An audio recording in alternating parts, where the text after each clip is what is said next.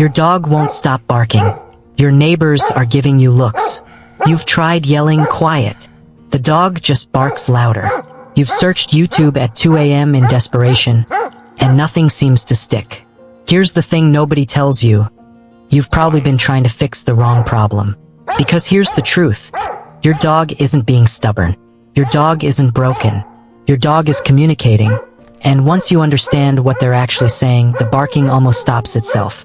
In this video, I'm going to walk you through the exact proven methods, backed by professional dog trainers and animal behaviorists, to dramatically reduce your dog's excessive barking. And I mean real techniques, not myths, not gimmicks. Stick around till the end, because tip number 5 is the one most dog owners completely miss, and it's honestly the game changer. Before we dive in, if you're new here, welcome. Hit that subscribe button and subscribe to Dog Vibes TV and smash the notification bell so you never miss a video like this. And drop a dog face emoji in the comments right now if your dog is a serial barker. Let's see how many of us are in this together. Alright, let's get into it. First things first. Barking is 100% natural. Dogs have barked since they were domesticated thousands of years ago. That's how they talk. So the goal here is not to stop your dog from barking entirely. That would be like asking a human to never speak again. Completely unrealistic and honestly kind of cruel. The goal is to reduce excessive, unnecessary barking, the kind that drives you and your neighbors absolutely crazy. Now, here's something really important. According to the American Kennel Club and the ASPCA, there are several distinct types of barking, and the approach you take depends entirely on which type your dog is doing. These include bell alert barking, someone's at the door, shield territorial barking, get off my lawn, worried face anxiety or separation barking, don't leave me, sleeping face boredom barking, I have nothing to do, person raising hand attention seeking barking, look at me, feed me, fearful face fear barking. That thing is scary. If you've been using the same fix for all of these, that's likely why it hasn't worked. Each one needs its own approach. Let's break them down, one by one. Step 1, and this is non-negotiable. Figure out why your dog is barking. I know it sounds obvious, but most people skip straight to, how do I make it stop, without diagnosing the problem first. That's like taking painkillers without finding out why you have a headache. Watch your dog. When does the barking happen? What triggers it? Is it every time someone walks past the window? Only when you leave the house? When they haven't been walked yet? When they want your attention? Keep a mental or even a written log for a day or two. Pattern recognition is everything here. And here's something worth knowing. Dogs who are under-exercised or under-enriched struggle to regulate themselves. World-class dog trainer Susan Garrett teaches that dogs don't do things to make us mad. They do things because of how they feel, or because the behavior has worked for them in the past. To change the bark, we have to change the underlying emotion. Training only sticks when you address both the emotion and the habit. Okay, tip number 2. Manage the environment before you try to train. This is the step most people completely skip, and it makes everything else harder. Here's the thing, the more your dog practices barking, the more they get good at it. It literally becomes a habit wired into their brain. So the first move is to reduce their opportunity to rehearse the behavior. Some really effective ways to do this. Block the view. If your dog goes ballistic at the window every time a squirrel, delivery driver, or leaf blows by, block the window. Use privacy window film, bottom-up blinds, or thick curtains. Simple, cheap, and surprisingly effective. According to PetMD, for alert barking inside the home, window film can reduce barking without any training at all. Use baby gates. If your dog barks at guests, section them off in another room with a baby gate while you get the door. This removes the trigger while you work on training. Musical note, use sound masking. Play calming music or use a white noise machine near areas where barking is most frequent. This is especially useful for dogs who bark at sounds from outside. Traffic, neighbors, other dogs. Radio, leave the TV or radio on when you go out. The AKC recommends this as a way to approximate the household sounds your dog hears when you're home, helping them feel less alone. Think of environment management as buying yourself time. It's not the permanent solution, but it creates the breathing room you need to actually train. Now we get into actual training. Tip number 3. Teach the quiet command, but do it the right way. Here's how it works step by step. Step 1. When your dog is barking, wait calmly. Don't yell, don't say anything yet. Just wait. Step 2. Here's a great trick. Hold a high-value treat right in front of your dog's nose. A dog physically cannot sniff intensely and bark at the same time. The act of sniffing forces them to pause. The moment they stop barking, say quiet in a calm, firm voice and immediately reward them with the treat. Step 3. Gradually extend the time they need to stay quiet before getting the treat. 3 seconds, then 5, then 10. Step 4. Once they consistently respond to quiet in calm situations, start using it during actual triggers, like when the doorbell rings or another dog walks by. This works because you're teaching your dog that silence is the behavior that earns rewards, not barking. You're not punishing the barking. You're rewarding the alternative. And here's a key reminder from Pet MD. Never punish your dog for barking. No yelling, no squirt bottles, and definitely no shock or bark collars. These methods might stop barking briefly in the moment, but they don't teach dogs what to do instead, and they can create anxiety and fear that makes behavior problems worse over time. The goal is lasting change, not a quick fix that comes with hidden costs. Tip number 4 is one of the biggest ones. Meet your dog's physical and mental needs consistently. A tired dog is a quiet dog. Seriously, so much excessive barking is just pent-up energy looking for an outlet.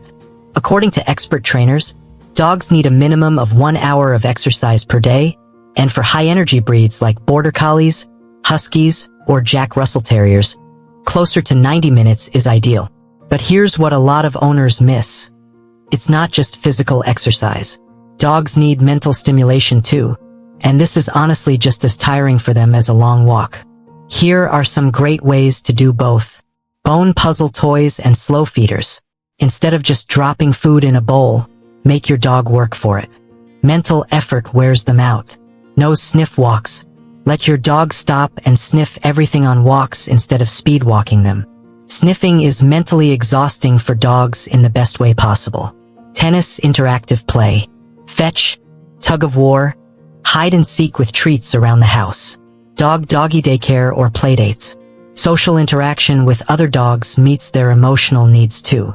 When you consistently meet your dog's needs, the need for attention-seeking or boredom barking literally disappears. Your dog isn't barking to annoy you, they're barking because they're unfulfilled. Give them a fulfilled life, and the barking drops dramatically. Okay, here it is. Tip number 5. The one I promised you. And I'm warning you. This one might be a little uncomfortable to hear. You might be the reason your dog keeps barking.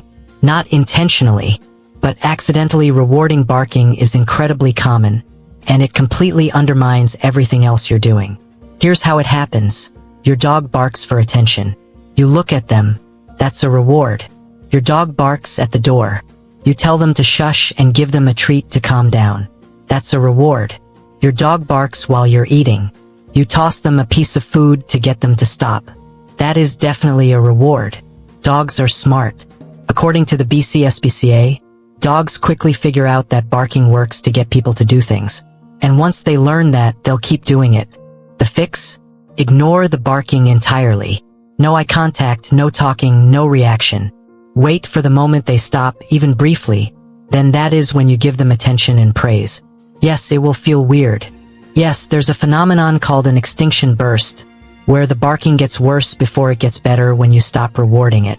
Don't panic. Stand your ground. The burst is actually a sign the training is working. Your dog is testing whether the old rules still apply. When they realize barking no longer works, they stop. Now, quick disclaimer here, and this is important. Ignoring the barking only works if your dog is doing it for your attention. If they are barking at a delivery driver outside, ignoring them will not work because the driver eventually walking away is the reward your dog gets. Their brain thinks, I barked. The stranger left. It worked. For that type of barking, go back to tip 2 and block the window. Remove the view, remove the trigger. And here's the flip side, notice and celebrate the moments your dog is quiet and calm. Randomly reward them for just chilling out. They'll start choosing calmness more and more, because that's what earns the good stuff. Now, I want to quickly address one specific type of barking that needs a completely different approach: separation anxiety barking. If your dog barks, howls, or whines only when you're gone, and also shows signs like pacing, destroying things, or having accidents indoors, this is separation anxiety. And here's the key thing to understand. This is a panic disorder. That means standard obedience commands won't fix it. It requires a systematic behavior modification process called gradual desensitization, where you practice leaving for very short periods and slowly build up over time, alongside professional guidance.